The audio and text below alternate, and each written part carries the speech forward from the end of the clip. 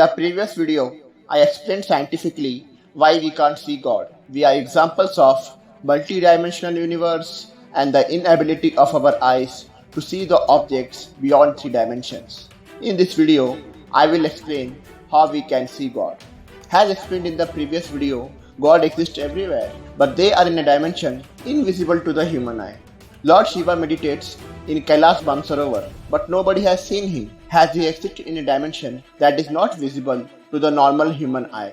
Similarly, Hanuman also meditates somewhere in the Himalayas, but except few enlightened sages, nobody has seen him. So now the question arises, how I can see God, which exists in different dimensions? How enlightened sages were able to see God? The answer is Divya Dishti, meaning divine vision. Enlightened sages were blessed with a divine vision that allowed them to see God and all its divine creation across all dimensions. They got this divine vision via yoga and meditation, which is nothing but bhakti and complete surrender to God.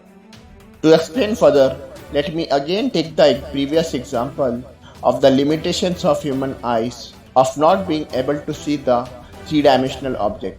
Humans are unable to see the three-dimensional object directly with their naked eyes, but their eyes can see the same object in three dimensions with the help of devices like 3D glasses.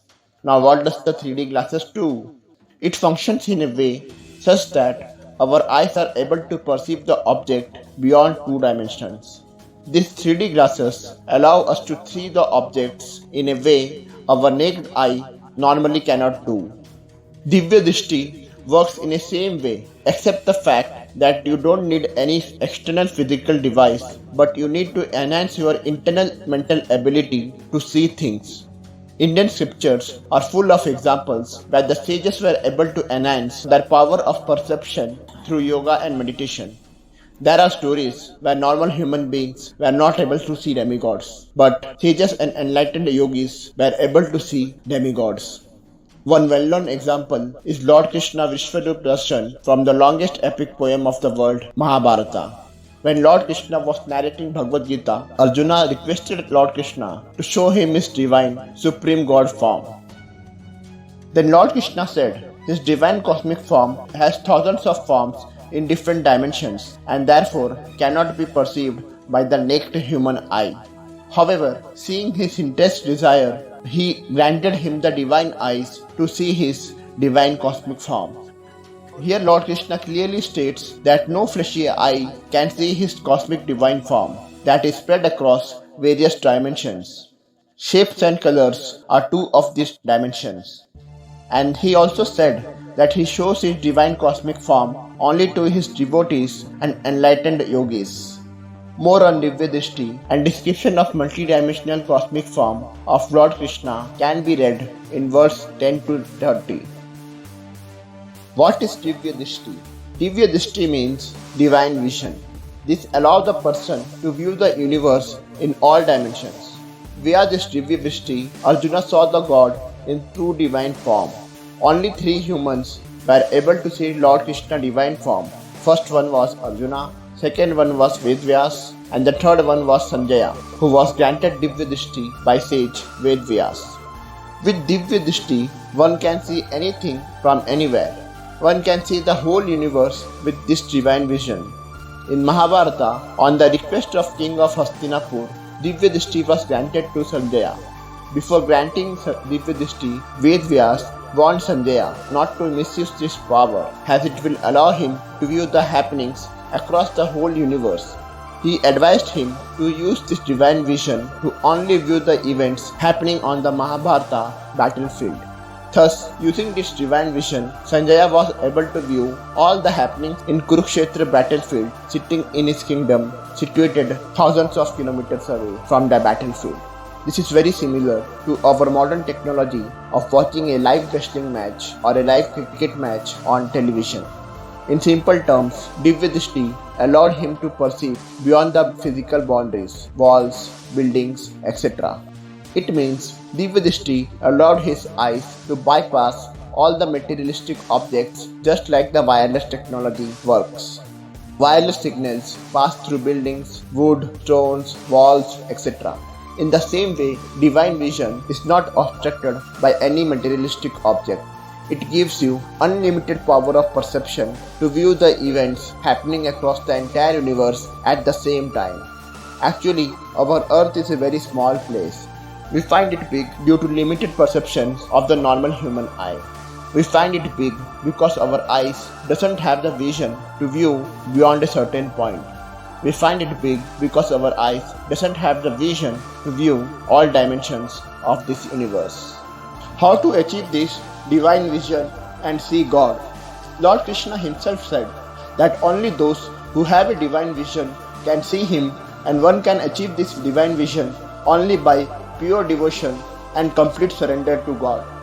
In scriptures, you can hear story of many enlightened sages who did severe penance to please God and then were blessed with divine vision to see God and all his creations. Even Vedvyas got Divya Dishti after eons of severe penance and meditation. The path of higher meditation is the only way to achieve Divya Dishti. Yoga sadhana of meditation controls the five senses, stills the mind, purifies the body, and enlightens the seven chakras. Also, Lord Krishna said that he will never manifest himself to the foolish and unintelligent. He can only be seen with eyes that are filled with the unlimited tears of infallible love. Till the soul remains veiled and darkened, it remains deprived of this manifestation of God's divine beauty. God can be seen when he reveals himself to us. Without his blessing, a person can be looking him in the eye from 1 foot away but will not know he is seeing God. God can be seen only when the soul thoroughly overcomes the material world and sinful nature and is under the trance of transcendental love and devotion 24 by 7. Sages used Divya Dishti to quote God and his creation. After extreme penance and meditation, our consciousness evolved sufficiently such that our two-stranded DNA converts into 12-stranded DNA. Due to this, we can observe and experience the spiritual realm and interact with God, just like we are currently observing, experiencing the material realm and interacting with earthly people here. This is why in Vedas you will find many verses on universe creation, cosmology, astronomy, etc. Vedic sages were not scientists, nor did they use any devices like telescope, satellite, or spaceships to view the happenings of this universe.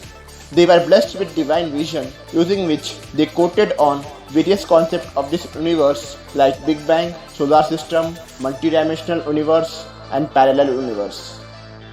Conclusion. Scientists say human eyes are able to see less than 4% of the materialistic world, and remaining materialistic world remains unseen. Still strangely, scientists deny the existence of God. Isn't it hypocrisy that scientists deny the existence of God despite of acknowledging that human eyes doesn't have the vision to see 96% of this universe? Scientists and atheists fails to fathom the truth of God as they believe that unless you come up with the factual, rational, logical or intellectual line of reasoning, then any spiritual idea simply cannot be termed valid. But when you do not have the vision and intelligence to see and understand everything, then how can we term any idea as invalid? Most of the advanced scientific discoveries already exist in our ancient religious scriptures. The way of saying may be different, but the end meaning is the same. Scientists say in scientific terms, while religious scriptures says it in spiritual terms. Please watch my next videos as I will extend this topic to explain the theory of multidimensional universe and parallel universe by quoting verses from our religious scriptures.